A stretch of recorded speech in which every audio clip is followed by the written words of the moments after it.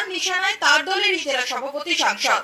হুমায়ুন বললেন, বহরমপুরের সাংসদ ইউসুফ পাঠানের সঙ্গে কথা নেই, জেলা সভাপতি সাংসদকে যেভাবে পরিচালনা করেন সেভাবেই সে চলে। আমি যেতে নিষেধ করেছিলাম, তাও ভরতপুরে গেছিলাম। আজকেও ভরতপুর ব্লকের মধ্যেই গোটা অঞ্চলে গেছে, জেলা সভাপতি, যুব সভাপতি তাকে সঙ্গে করে নিয়ে গেছে।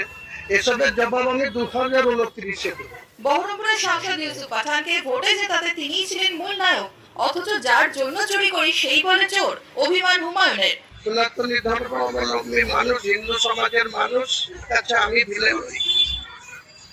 আমি তাদের কাছে আসামির কাঠ গড়ায় দাঁড়িয়ে গেছি একে জিতাতে গিয়ে। সে যার জন্য চুরি করি সেই বলে চোর, তো এর জবাব তো 29-এ দেওয়া হবে। দলের শৃঙ্খলা রক্ষা কমিটির সতর্ক বার্তা থেকে আগামী দিনে তার রাজনৈতিক অবস্থান কি হতে চলেছে বক্তব্যেও রাখলেন সাসপেন্স। আর কে হব কে হব না সেটা সময় কথা বলবে।